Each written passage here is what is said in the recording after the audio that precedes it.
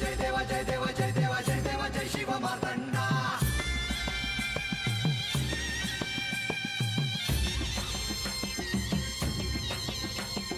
जय देवा जय देवा जय देवा जय देवा जय देवा जय शिव मार्तंडा. हरिवर्धन मल्हारी तुझी प्रचंडा.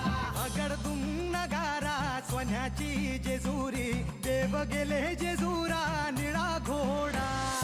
अगडदुम नगारा सोन्याची जेजुरी देव गेले जेजुरा निळा घोडा. पावमे तोडा कमरी कर पटा बिहिर मस्तकी तुरा. खोबऱ्याचा कुटका भंडाऱ्याचा भडका बोल अहंकारा सदानंदाचा येळकोट. सदानंदाचा येळकोट. जय देवा जय देवा जय देवा जय देवा जय देवा जय शिव मार्तंडा. जय देवा जय देवा जय देवा जय देवा जय देवा जय शिव मार्तंडा. हरिवर्धन मल्हारी तुझी प्रचंडा. जय देवा जय देवा जय देवा जय देवा जय देवा जय शिव मार्तंडा. हरिवर्धन मल्हारी तुझी प्रचंडा.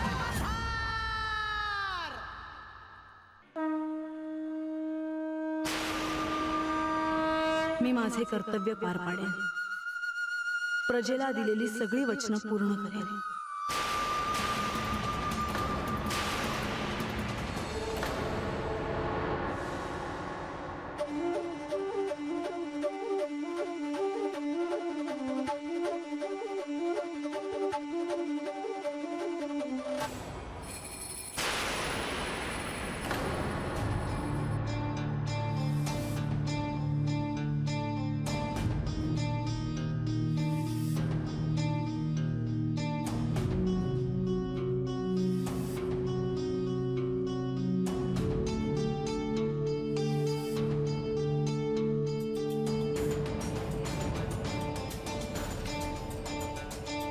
अजून म्हाळसा कशी आली नाही कुणास ठाऊक. सगळं काही उघड उघड दिसत आहे, पण कोणाच्याच काही लक्षात का येत नाही. माणसाला कितीही वाईट वाटत तरी चालेल, पण मी सांगेन तिला जे काही सांगायचं आहे ते. मायानंदा, आपली म्हाळसा दुखावली जाईल असे काहीही सांगू नका तिला. अहो, इथे माझ्या पोरीचा संसार मोडायची वेळ आली आहे आणि तिला जर आता काही सांगितलं नाही तर तिच्या हातून सारा निसटून जाईल. म्हाळसा, माळसा, ये.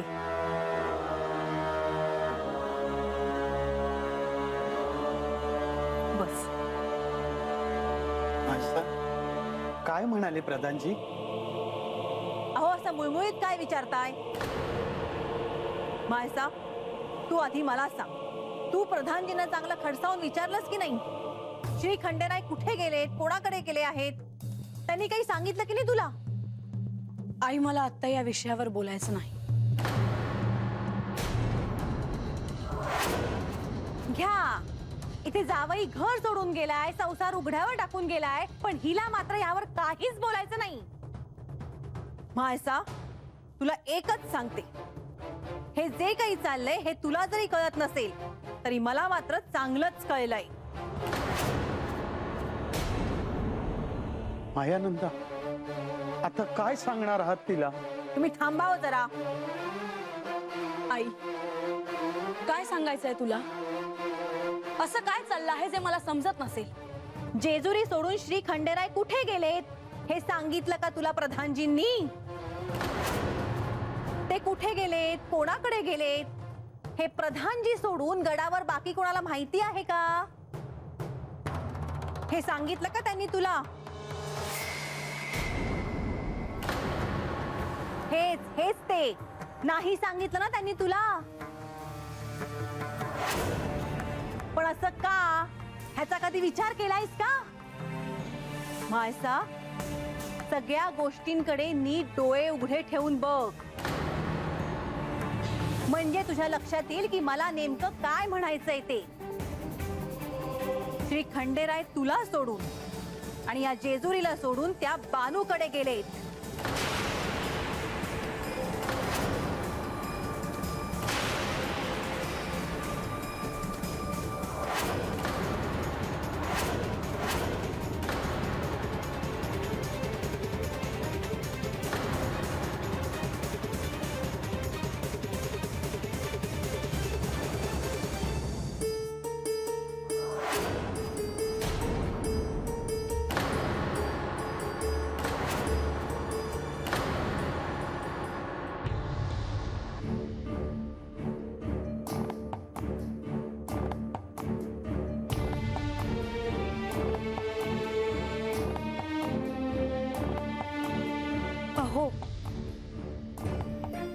पुरात गोंधळ सुरू आहे.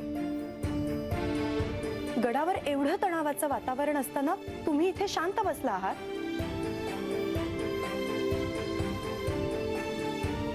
मग मी काय करू? अहो, असं काय करताय? म्हाळसेचा राग त्यांच्या मातोश्री जागवतायत. तुम्ही काहीतरी हस्तक्षेप करा. देवी, तुमची काय समस्या आहे? जेव्हा मी म्हाळसा देवींना भेटायला जात होतो तेव्हा तुम्ही मला बाहेर जाऊ दिलं नाहीत, आणि आता मी शांत बसलो आहे तर तुम्ही मला बाहेर जायला सांगता आहात. बर, माझं चुकलं, परंतु जे कानावर पडत आहे ते योग्य नाही. तुम्ही निदान तिम्मा शेटना भेटला तर. तुला बानूबद्दल कसं कळालं? जी गोष्ट आजवर मी तुमच्यापासून लपवून ठेवली, ज्या मुलीचं नाव मी तुम्हाला कळू नये यासाठी काळजी घेतली, त्या बानूचं नाव तुला कळालंच कसं?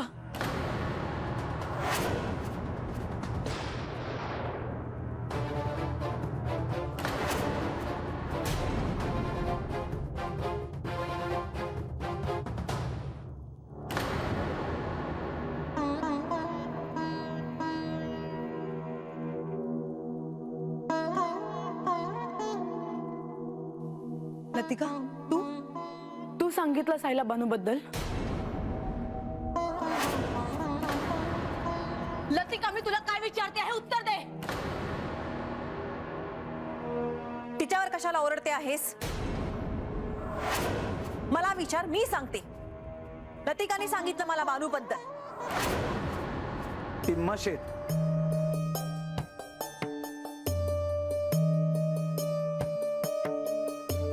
तिम्मा शेठ यांच्या सौभाग्यवतीचं नाव काय आहे माहिती आहे ना तुम्हाला? मायानंदा. तिम्मा शेठ यांचं त्यांच्या समोर काही चालत असेल असं वाटतं का तुम्हाला? तेही आहेच. आमचं तरी कुठे चालतं म्हणा.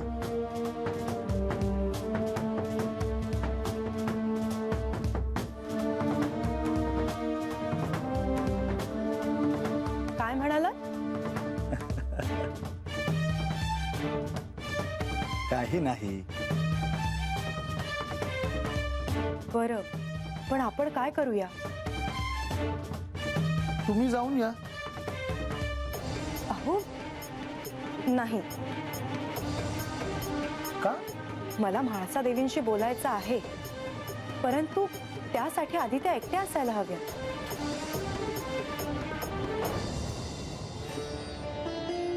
मग शांत राहावे देवी.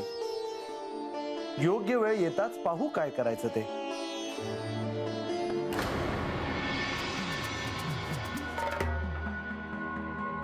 आई, बाबा, मी येते. मला विश्रांती हवी आहे.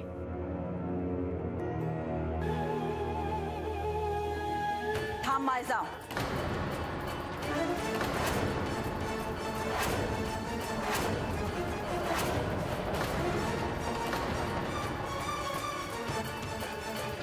नेवासेहून इथे आम्ही जेजुरीला आलोय, तो कुठला उत्सव साजरा करायला नाही.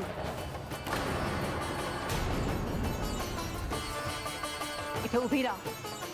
आज मला एक एक गोष्ट कळायलाच हवी. अहो पण मायानंदा,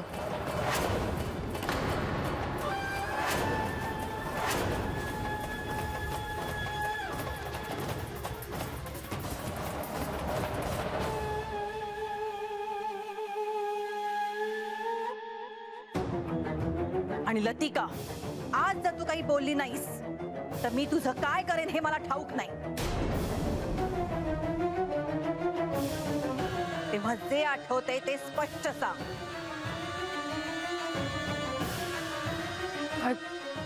काय सांगू? अशी प्रत्येक गोष्ट ज्यात तुला संशय आला होता.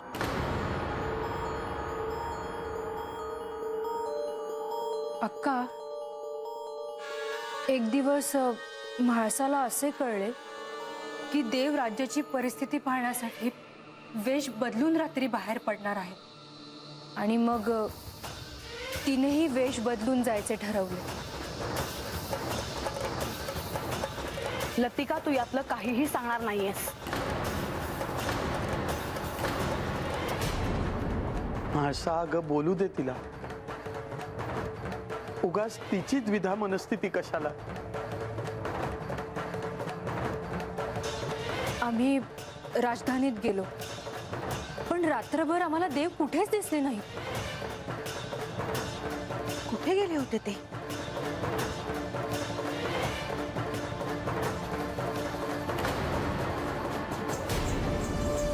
काय माळसा?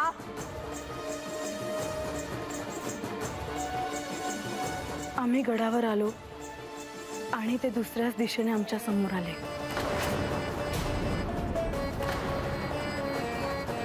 याचा अर्थ खोटं बोलले ते. आणि अक्का, तिकडे गावात आमच्या समोर एक विपरीत गोष्ट घडली.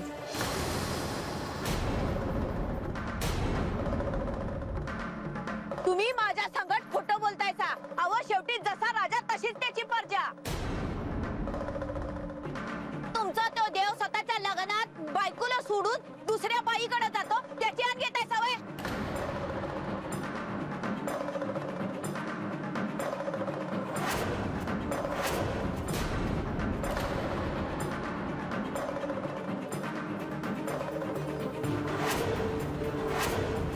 जी गोष्ट गावातल्या साध्या बाईला कळते, ती गोष्ट गडावर राहून तुला कळली नाही. तुझा नवरा तुला सोडून दुसऱ्या स्त्रीकडे जातो हे कळायला इतका उशीर लागतो का माळसा?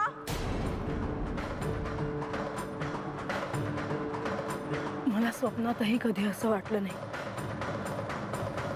की मी ज्यांच्यावर प्रेम केलं ते माझ्याशी अशी प्रतारणा करतील.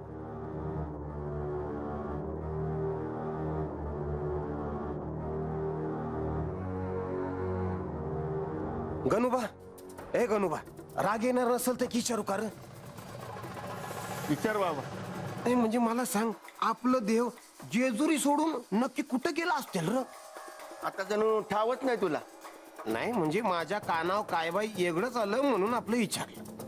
काय? नाही तुला काय ठाव आहे ते सांग की आधी. अरे देव वनवासात गेलेत. अरे माझ्या कानावर तर आलंय की देव कोणा एका भक्ताला भेटायला जाणार आहे ती. नाही म्हणजे लोक गावातली अशी बोलते ती, ते कानावर पडलं म्हणून आपलं विचारलं. लोकांनी काय जाते बोलाया? पुन्हा भक्तासाठी देव आपल्याला सोडून जातील होय?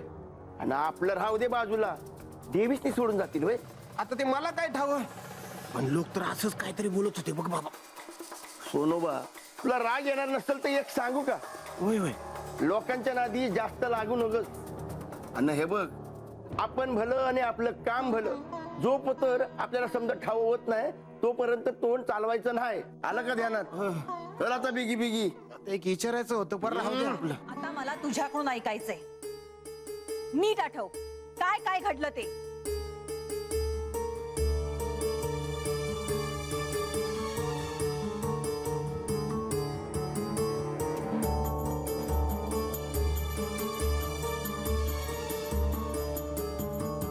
त्यांनी एक दिवस माझ्या एकटीवर न्यायदानाचे कार्य सोपवले. तेव्हा मला त्याचा अर्थ कळला नाही, पण आता मला त्याचा अर्थ कळतो आहे. नेमके काय घडले म्हाळसा? महत्वाच्या कामानिमित्त जायचे आहे असं सांगून राजसभेतील न्यायदानाचे कार्य यांनी मला करण्यास सांगितले. मासा, उद्या मला एका महत्वाच्या कामासाठी बाहेर जावं लागणार आहे. राज्याच्या सुरक्षेच्या दृष्टीने प्रत्यक्ष जाऊन येणे अत्यंत आवश्यक आहे. मासा, माझी अशी इच्छा आहे की राज्यसभेत तू स्वतः न्यायनिवाडा करावास. अगं त्यांनी योग्य तेच केले. तू त्यांची अर्धांगिनी आहेस, शिवाय या जेजुरीची तू सम्राज्ञी आहेस.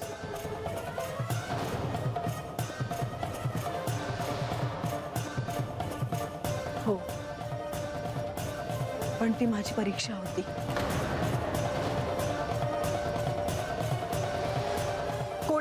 नकोस. ते आहे ते स्पष्ट सांग. न्यायदानाचे काम आणि राज्यकारभार हे मला स्वतंत्रपणे करता येईल की नाही ह्याची ती परीक्षा होती. याचा अर्थ साधा होत नाही. हो आई, त्यांचे जाणे पूर्वनियोजित होते.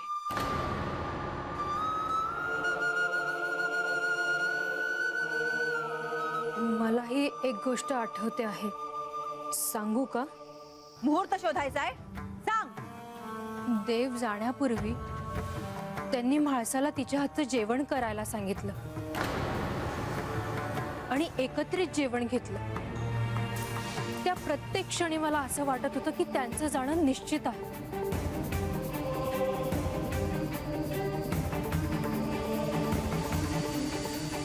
मुखचंद्र पाहता तुझे अडते माझे पाऊल, म्हाळसाचे घेताना जाणवते वचनांची चाहूल. म्हाळसा प्रेमात इतका आंधळ होऊ नये. लक्षात आलंय का तुझ्या?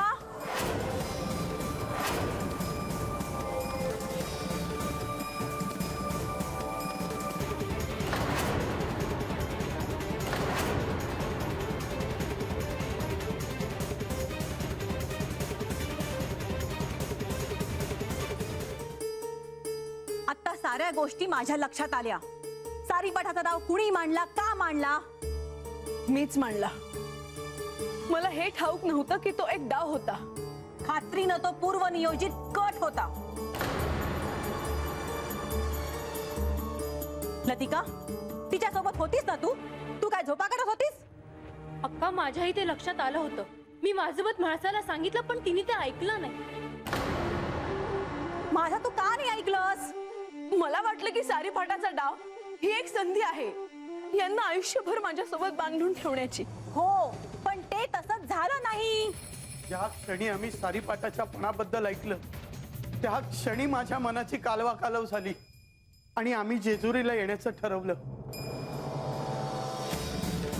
पण श्री खंडेराय सारीपाठाचा डाव हारूनही जिंकलेस ना? हे कळतंय का तुला म्हाळसा?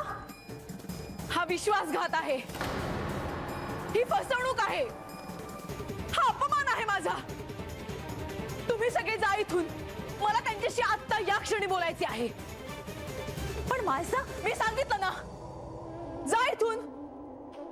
जा सगळ्यांनी.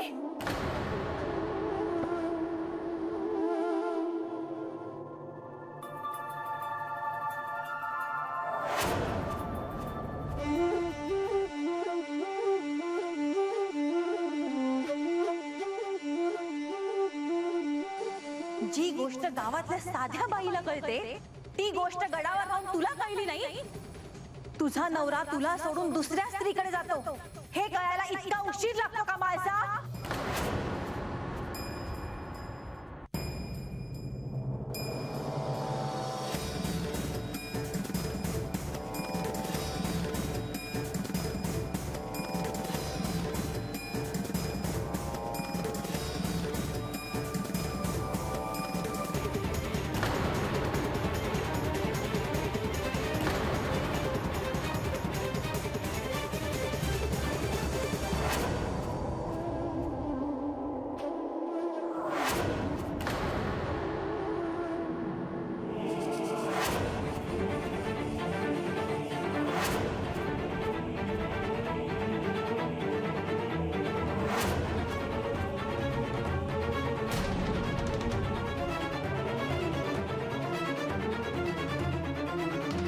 मला तुमच्याकडून एका प्रश्नाचं उत्तर हवं आहे. विचार. तुम्ही मला सोडून कोणाकडे चालला आहात? मी तुम्हाला काही विचारले आहे. माझ्या प्रश्नाचं उत्तर तुम्ही का देत नाही? मला प्रश्नाचे उत्तर ठाऊक आहे, पण मला ते तुमच्याकडून ऐकायचे आहे. तुम्ही कोणाकडे चालले आहात? म्हाळसा, मी बानूकडे चाललो आहे.